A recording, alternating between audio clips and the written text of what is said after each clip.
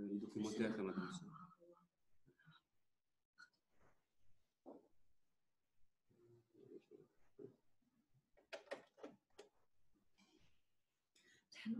دكتور وين هذا البروغرام تاع لونسينيومون هذاك اللي يقراو عليه؟ هادي شفتي ما هذا ولا ما البروغرام.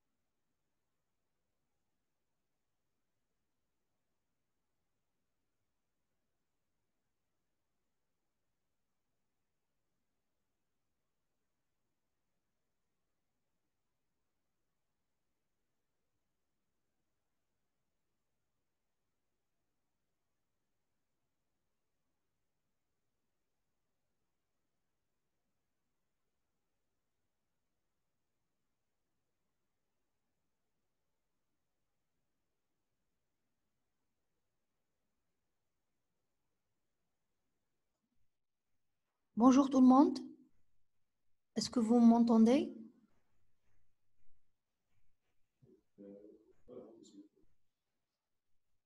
Très bien. Très bien. Merci. Donc, je me présente. Je suis Dr Rouinia Douha. Je suis assistante au CHU Ibn Rushd Al Naba. Donc, je vais vous présenter deux cours aujourd'hui, la lithiase biliaire et ses complications, ainsi qu'une de ces complications qui est la pancréatite aiguë. Très bien. Donc, voilà le plan du cours. Voilà le plan du cours. Donc, on va commencer par l'introduction. La lithiase biliaire est définie par la présence de calculs dans les voies biliaires. Donc, ce calcul peut siéger au niveau de la vésicule biliaire, donc on appelle ça les lithiases vésiculaires. Il peut siéger ou, c'est-à-dire se former ou migrer vers le canal du cholédoque, donc c'est la lithiase cholédocienne. Exceptionnellement, en intrahépatique, dans les voies biliaires intrahépatiques, comme le montre l'image, voilà. Ici, c'est les calculs contenus dans la vésicule biliaire, dans la voie biliaire principale ou le canal cholédoque, et en intrahépatique. Généralement, au niveau du canal cholédoque, on les trouve au niveau du tiers inférieur du cholédoque. Deuxièmement, rappel anatomique. On a les voies biliaires, sont l'ensemble des canaux collectant la bile synthétisée dans le foie jusqu'à son écoulement dans le duodénum. Donc, l'arbre biliaire, selon l'image, elle est formée du canal hépatique droit, du canal hépatique gauche, après droit, gauche, après le canal hépatique commun, puis vient le canal cystique de celui de la vésicule biliaire, vient s'aboucher pour donner par la suite le canal cholédoque. L'ensemble forme la voie biliaire principale. Cette voie biliaire principale se termine le plus souvent dans le deuxième duodénum avec le canal de Wirsung et par un court canal commun. La terminaison des voies biliaires et pancréatiques dans le duodénum est entourée d'un appareil sphinctérien complexe. On l'appelle le sphincter d'Oddi. Le voilà, ici.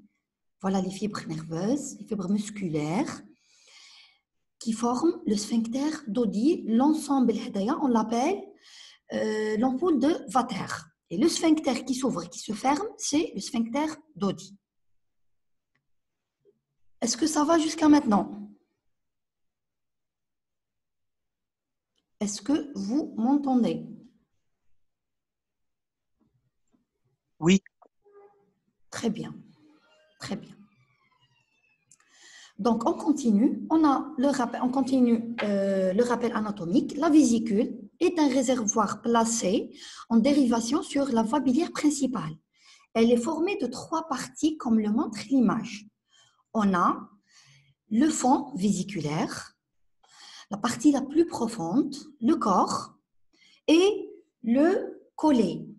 Le collet a une autre dénomination, c'est le jabot ou ce qu'on appelle l'infundibulum. Communiquant avec elle par un fin canal, on l'appelle, c'est le canal cystique. Très bien. La vésicule biliaire est vascularisée par l'artère cystique, généralement issue de l'artère hépatique droite. On a l'intérêt d'étudier l'artère cystique, question d'examen, c'est triangle de Callot. Donc, ce triangle de Callot, c'est le triangle, c'est quoi son intérêt? C'est dans la dissection soigneuse au cours de la cholécystictomie. Il est limité par quoi? Selon l'image, le bord inférieur du foie. À droite, c'est le canal cystique. À gauche, c'est la voie biliaire principale. Au cours de la dissection, surtout soit par voie classique, soit par voie cilioscopique, on doit disséquer ce triangle, individualiser cette artère, la ligaturer et puis ligature suivie par la ligature de section du canal cystique, puis on enlève la vésicule carrément. Très bien.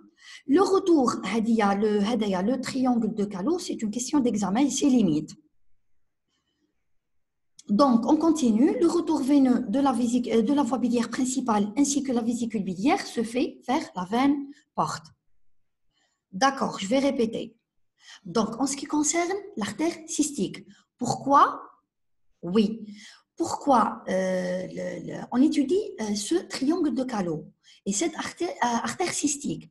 Parce que son intérêt, c'est au moment chirurgical, au moment de la cholécystictomie, soit par voie laparotomique, soit par voie cilioscopique. Au cours de cette dissection, on va disséquer ce triangle, ce qu'on appelle le triangle de Callot. Quand on dissèque ce triangle de Callot, c'est ici, la zone hachurée, le triangle, ce triangle hachuré. Cette zone, quand on va la disséquer, on va individualiser l'artère cystique. Et donc, on ne va pas la léser. On va la ligaturer au moment de la... C'est le premier temps de la cholécystectomie. On ligature section de l'artère cystique pour éviter tout saignement lors de la dissection de la vésicule de son lit vésiculaire. Et on continue par la suite par la ligature section du canal cystique. Ce triangle de Callot de protection, il est limité par quoi? Il est limité en haut par le bord inférieur du foie, à droite par le canal cystique, à gauche par la voie biliaire principale. Normalement, c'est clair. C'est clair ou non? Très bien. Oui. Et c'est une question d'examen. Il faut mettre 3 croix. On continue. Troisième chapitre, c'est le rappel physiologique. Donc, le foie déverse environ 500 cc à 1 litre de bile par jour dans le canal hépatique. On a 2 phénomènes.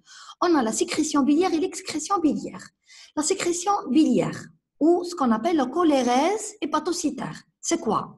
C'est une sécrétion continue des différents constituants de la bile.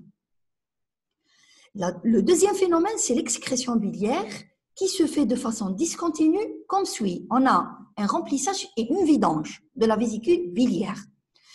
En ce qui concerne le remplissage, c'est un phénomène passif, c'est-à-dire la vésicule, elle est relâchée et le sphincter d'Oddi, il est fermé. C'est la période interdigestive entre l'alimentation, les 3 repas, ou carrément la période du jeûne.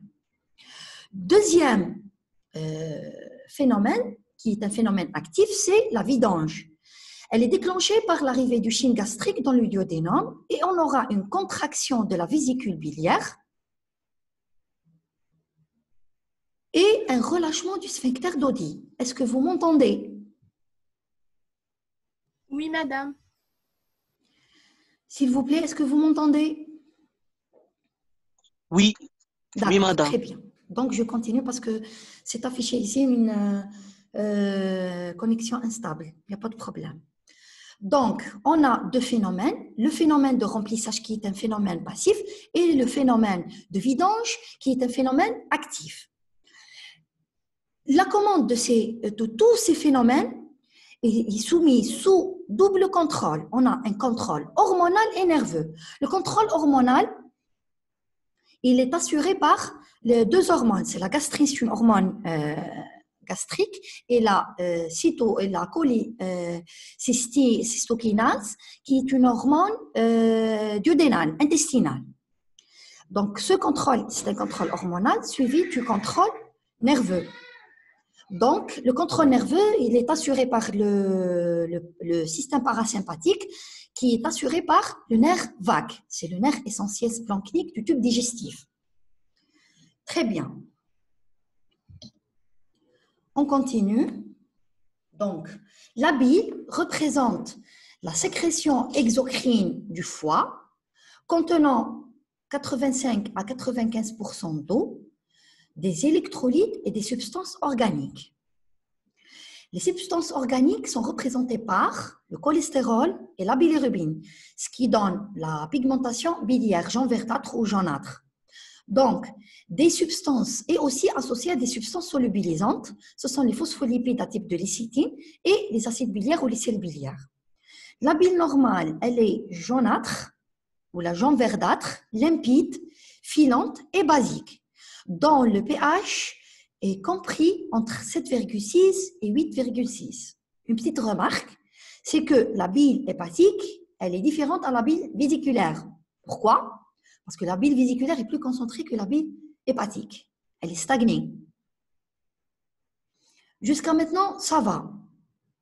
La constitution de la bile est une question d'examen.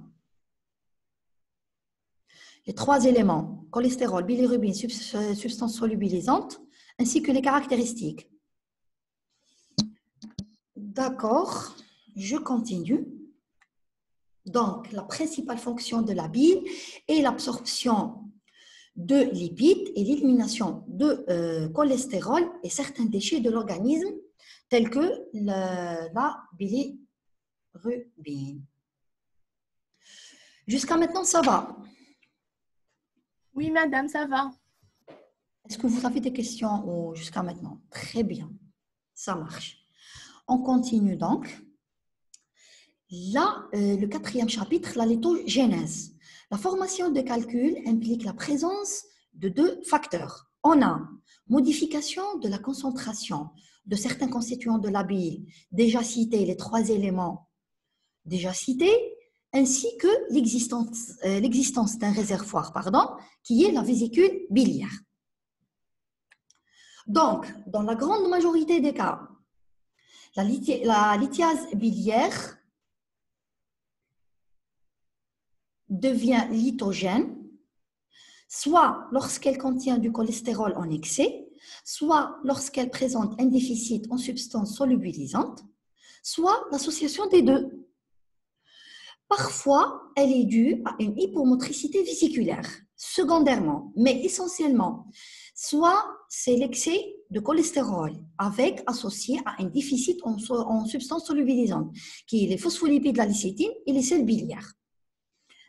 Et en général, c'est l'association des deux. Donc, la sursaturation de la bile en cholestérol, elle va provoquer la formation de lithiase cholestérolique, qui est la lithiase la plus prédominante en matière des différents types de lithiase. D'accord? Donc, ici, c'est une petite illustration, c'est un diamètre de Small qui montre la bile normale, le pourcentage des constituants, des différents constituants d'une bile normale, qui est formée de 80% d'acide biliaire, de 15% de phospholipides et de 5% de cholestérol. La zone hachurée, elle représente la zone de solubilisation de cholestérol. C'est la zone où on est tranquille, c'est-à-dire c'est la zone verdâtre. C'est une zone d'éviction de formation de calcul biliaire. C'est-à-dire cette zone, c'est une zone, quel que soit le pourcentage à ce niveau-là, on la considère comme une bile normale. En dehors de cette zone, la bile est sursaturée en cholestérol avec un risque de formation de cristaux puis de calcul de cholestérol. Vous l'avez compris, ce diagramme? Ça va? Donc, vous suivez la zone hachurée en vert. Cette zone hachurée, c'est la zone où la bile est normale. Je répète, il n'y a pas de problème. D'accord. Donc, ce diagramme de Small, on a ici le pourcentage de cholestérol de 0 à 10%. On a le pourcentage d'acide biliaire. On a le pourcentage de phospholipides. Donc, si on voit cette zone-là, on retrouve une bile normale, elle contient d'une façon moyenne, d'après les pourcentages, on a 80% d'acide biliaire, c'est-à-dire c'est ici. On fait par exemple une croix ici. Après, 15% de phospholipides. Voilà les phospholipides, c'est-à-dire à 15%, c'est-à-dire ici. Et après, 5% de cholestérol, c'est ici. On fait la courbe de ces 3 pourcentages et on dessine une courbe décrite par le monsieur Small. Et toute cette zone, c'est-à-dire les chiffres 80%, 15% et 5%, ce n'est pas des chiffres, c'est-à-dire science exacte, c'est-à-dire de 70 à 80% d'acide biliaire, de 7 à 15% de phospholipides, de 2 jusqu'à 5% de cholestérol. Tout ça constitue une bile normale. Très bien, très bien, très bien. C'est une bile normale. À ce niveau-là, toute cette zone hachurée en verdâtre.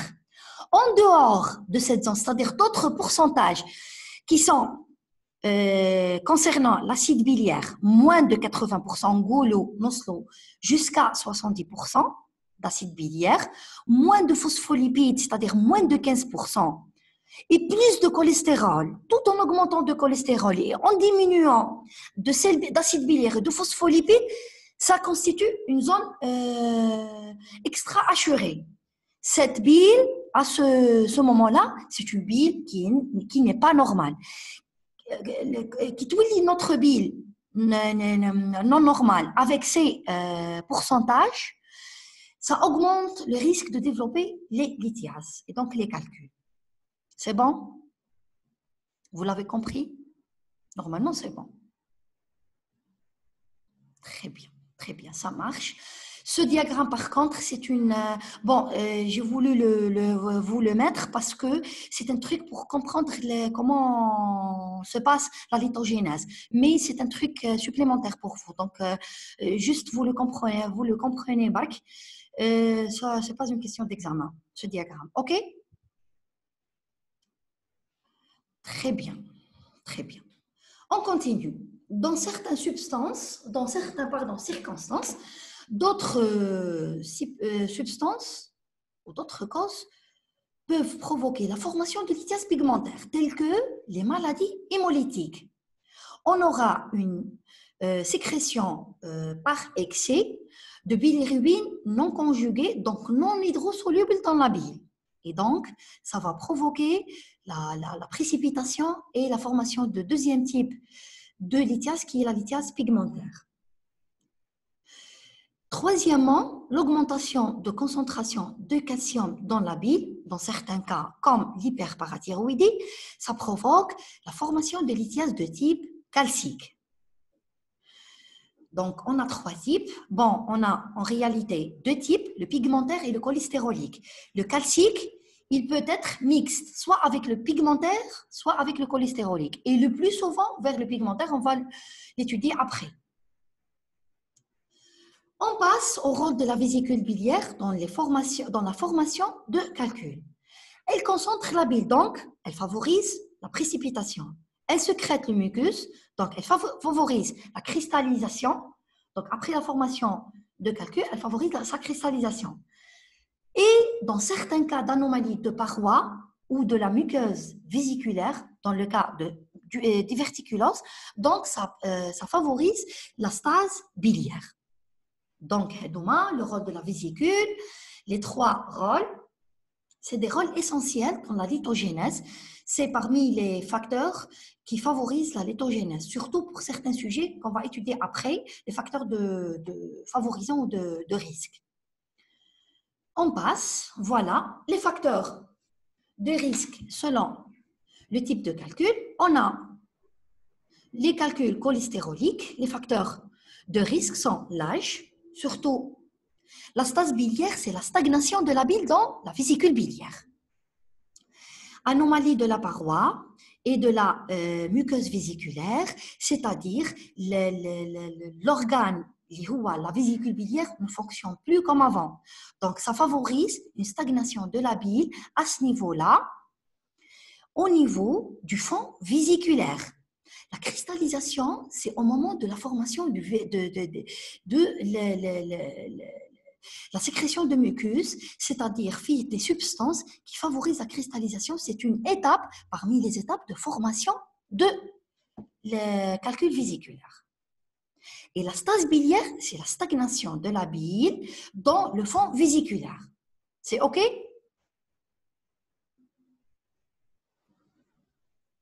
C'est OK?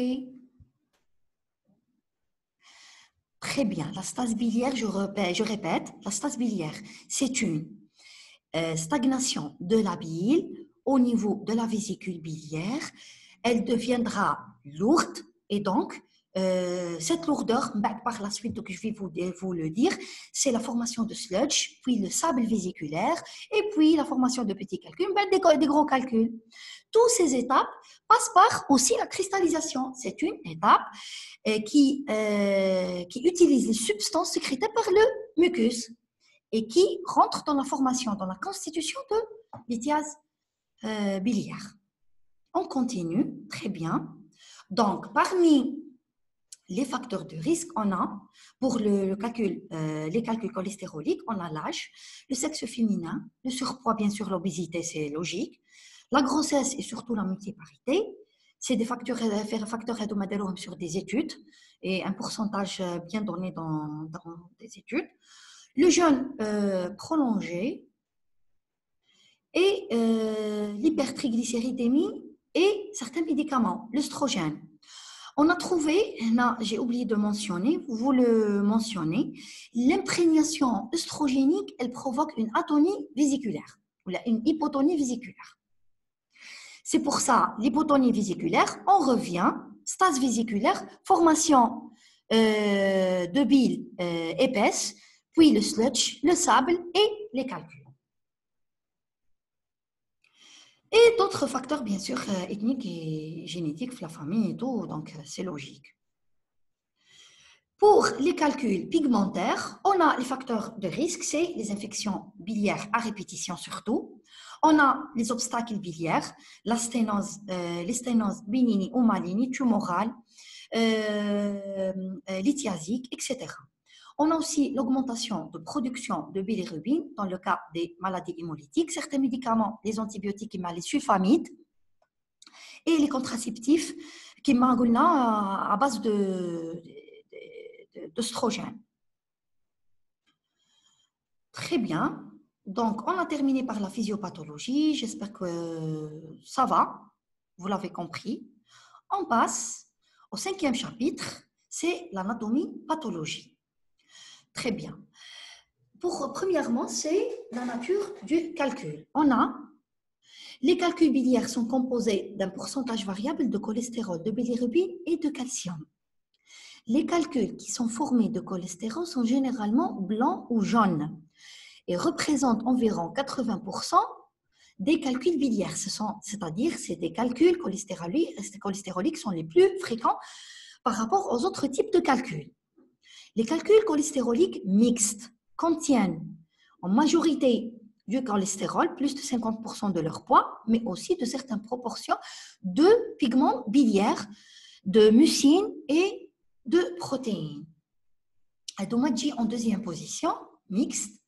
3e position, c'est les calculs biliaires qui représentent 20% des cas. Les calculs pigmentaires. Les calculs pigmentaires sont formés soit de polymères de sel de bilirubine, ce sont des calculs noirâtres, de coloration noirâtre, soit de bilirubine de calcium, ça donne des calculs de coloration brunâtre. Quand on ouvre la pièce anapathe, quand on termine l'intervention, c'est un temps opératoire, l'exploration de la pièce opératoire, qui est la vésicule biliaire. On l'ouvre et on doit voir son contenu, sa paroi, la paroi vésiculaire, le contenu et la coloration des calculs. Et donc, on le classe, calcul pigmentaire, calcul cholestérolique ou calcul mixte. OK? Très bien. Les deux types de calculs biliaires, c'est-à-dire cholestérolique et pigmentaire, peuvent également fixer des sels de calcium. Déjà, je vous l'ai déjà dit au début du cours, donc fixe les sels de calcium en périphérie. Lorsque la proportion de calcium dépasse 4% du poids de calcul, il devient opaque au rayon X, c'est-à-dire quand on fait un cliché ASP, on trouve une opacité, une petite opacité, quelle que soit sa taille, au niveau de l'aire de l'hypochondre droit, l'aire hépatobiliaire. On trouve un petit calcul, donc c'est un calcul radio-opaque. Celui-ci est en rapport avec la présence de certains pourcentages de calcium au niveau de cette lithiase. La connexion Internet est instable. Est-ce que vous m'entendez?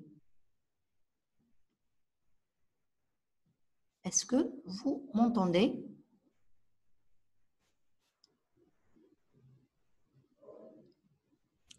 Est-ce que vous m'entendez? Oui. Très bien, ça marche, très bien. Donc, je continue. Cette lithiase, on la voit des fois hygiène malade pour une douleur abdominale et tout, surtout localisée au niveau de l'hypochondre droit. On suspecte, le premier diagnostic, c'est la lithiase vésiculaire normale. Quand on fait un ASP, on trouve cette opacité au niveau, on regarde du foie et des voies biliaires, ou de la vésicule biliaire précisément, à l'ASP. Donc, j'ai mis une image le diagnostic. Après, on va la voir, Inch'Allah. Et lors d'une TD,